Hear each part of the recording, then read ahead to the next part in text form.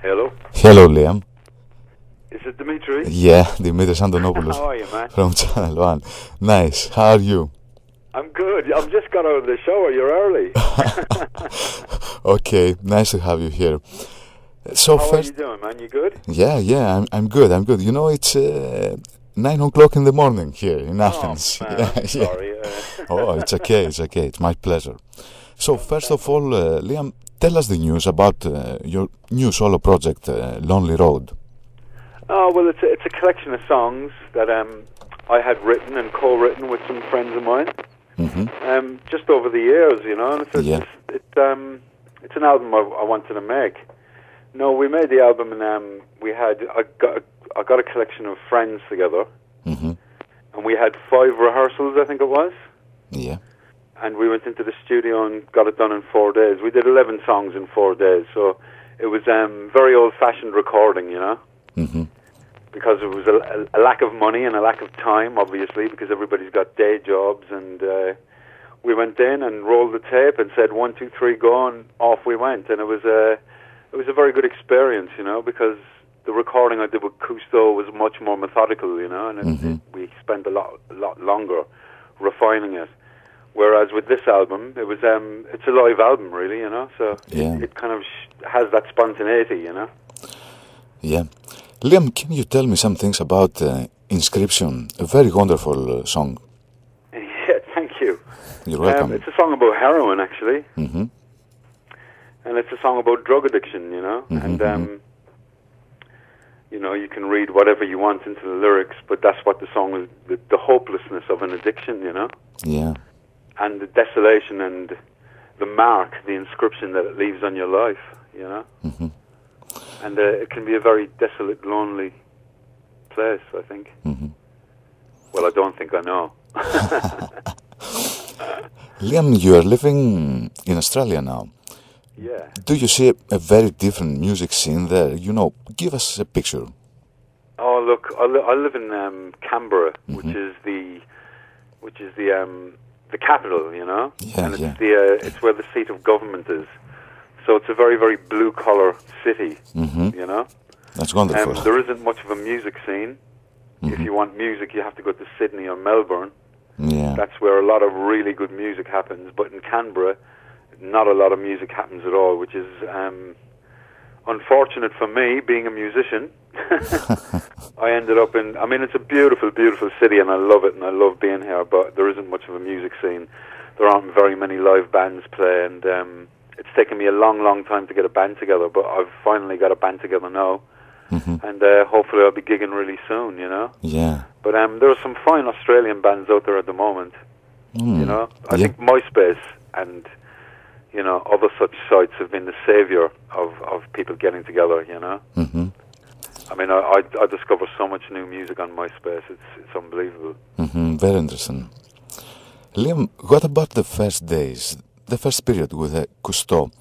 Can you tell me some things about your first record, a really wonderful album full of great songs? Oh, look, it was a wonderful time, you know? Yeah. We were very much the underdog when it all happened, you know? And I had been in bands all my life, and, you know, no disrespect to the other people in the past that I'd played with, but you know, the guys who I was in bands with before were never very, very good, you know? Yeah. I mean, really good people and, you know, great ideas, but not that real good caliber of musician that the guys in COUSTEAU were, you know? When I got together with Davey and Rob and Joe and Craig, I knew immediately that there was something special going on, you know? Yeah. I could hear, like, especially in the songs and the lyrics and just the playing, and, you know, I think... when 5 people converge to a point, like we do, like we did, then something special happens, you know.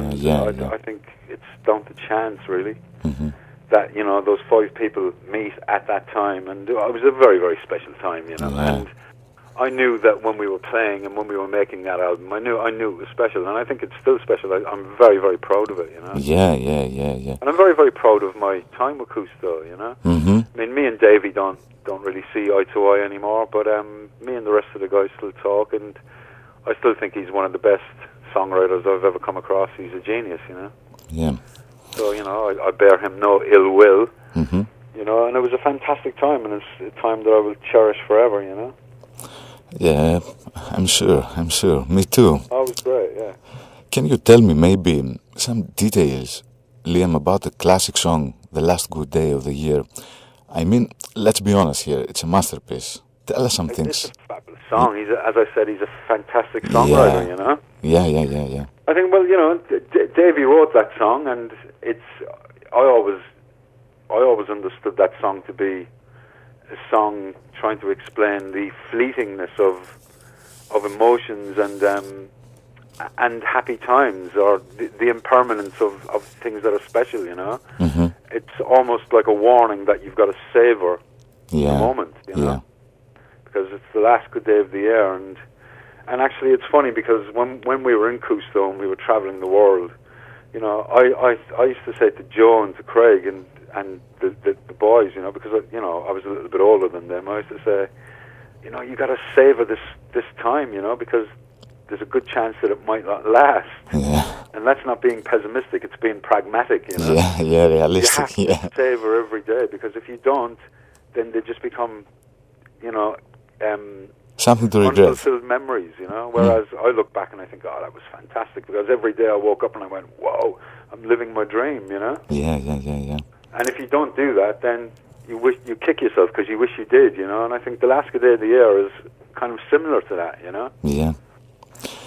Liam, to tell you the truth, I think that you're one of the 2 or 3 best voices around for 10 years now. I mean, yeah. It's a gift of nature, your voice. Thank you. You're welcome. What about Scott Walker? Do you think that you know that you're close in a way, maybe?